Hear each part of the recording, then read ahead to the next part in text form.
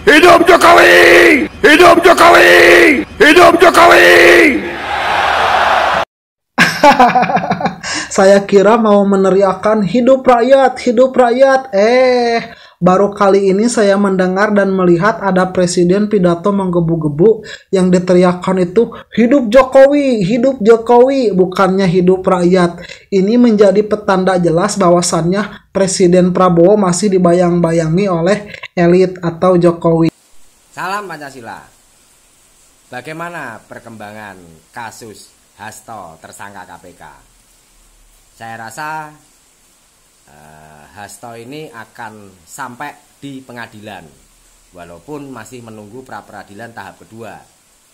Ya, jadi supaya clear, supaya selesai, memang Hasto harus sampai ke proses pengadilan.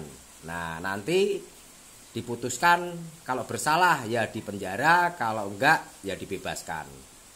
Nah, pertanyaannya kemudian adalah siapa kemudian yang menyusul Hasto untuk diproses? Ya, ada kemungkinan Yasona Lauli, bisa jadi nanti Ganjar Pranowo, dan seterusnya. Kenapa ini bisa terjadi? Karena memang PDIP tidak bergabung dalam pemerintahan. Megawati sebagai Ketua Umum PDIP tentunya lebih berpikir kepada sistem demokrasi, yaitu harus ada partai yang menjadi penyeimbang alias oposisi. Ya, partai yang berada di luar pemerintahan. Apalagi PDIP ini adalah partai yang cukup besar, bahkan paling besar di Indonesia.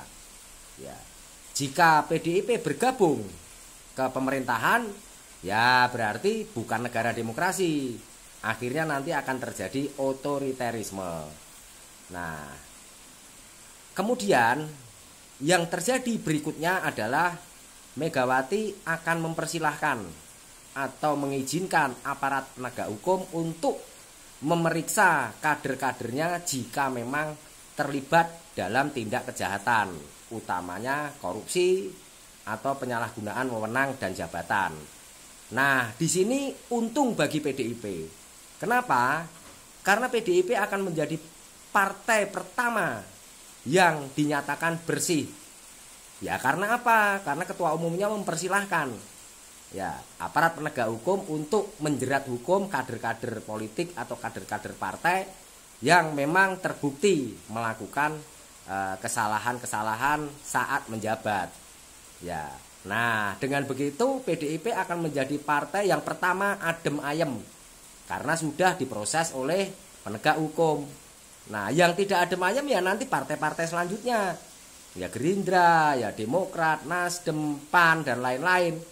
Yang tentunya juga harus dibersihkan dari kader-kader partai yang melakukan pelanggaran-pelanggaran kejahatan. Begitu kira-kira.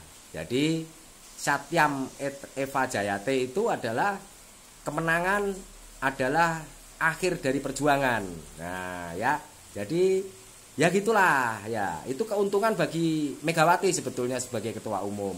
Jadi dalam kongres nanti akan dipilih kader-kader yang memang tidak terafiliasi atau terjerat soal-soal penyalahgunaan wewenang dan kejahatan-kejahatan korupsi.